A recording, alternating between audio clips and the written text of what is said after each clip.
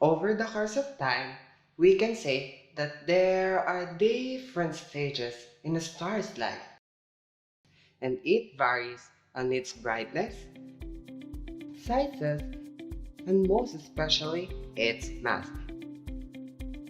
But take note, stars are not unchanging objects. They change through a sequence of phases and eventually dies. What a sad fate indeed.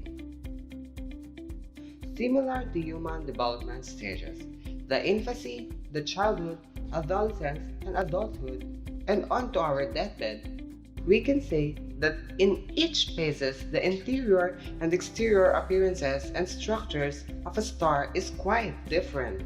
Well, of course, if we have called out names for each development stages, so are the stars.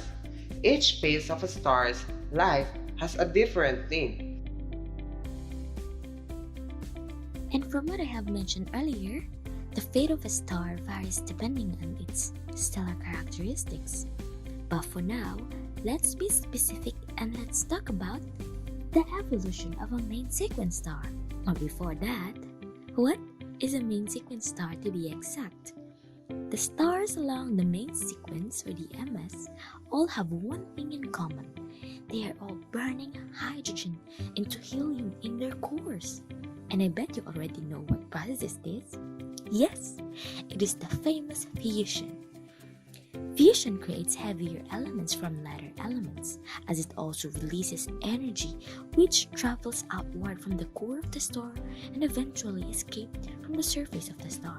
Stars along the main sequence also obey a mass, the luminosity relation. And this relation says that the more mass a star has, the greater the pressure needed to hold that mass up. And therefore, the faster fusion reactions need to occur. The more massive a star is, the stronger its gravity. And the stronger the gravity of a star, the more compressed its core becomes. And therefore, the higher the temperatures rises in the star's core. Let's dive deeper, shall we? Now, let's talk about our main topic. The mild mass stars are the stars that has a range of zero point 0.4 to 3 solar masses.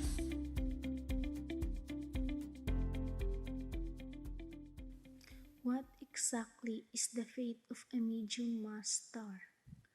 After a mid-mass star has converted all of the hydrogen in its core into helium, it stops being a main sequence star and begins the internal change that will make a red giant star, placing it on the red giant branch on HR diagram.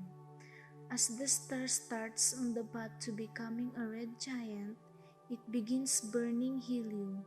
The star's internal changes place it on the horizontal branch, and eventually the core will exhaust its supply of helium and fusion will again stop. As before, the core will collapse, hitting the outer layers and eventually igniting a helium fusion shell, which will hit the layers above it and create a hydrogen fusion shell.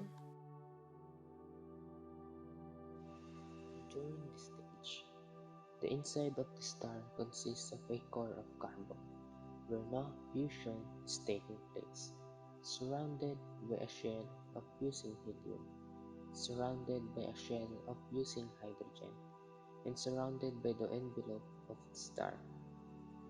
The envelope is only loosely bound to the star and can be blown off by winds. And there you have a planetary nebula as the result. Remember that the remaining star at the planetary nebula is only the hot core of the original star, and the pressure of this remnant can be as high as 200,000 degrees Kelvin. In medium mass star, the core temperature will never become high enough to cause a carbon fusion. It will keep contracting due to gravity until electrons themselves begin to resist the contraction, exerting what is known as electron degeneracy pressure. This electron pressure opposes gravity adds up the collapse of a star. That is then known as a white dwarf. Medium mass stars, or conveniently known as mid-mass stars, are quite similar to our own Sun. This is the fate of our Sun. In about 5 billion years, it will start to become a red giant and will expand so far. It will probably engulf Mercury, and who knows, probably Venus too, even though the planets will have moved their orbits outwards as the Sun lost mass. When it stops nuclear process, after perhaps another billion years or so,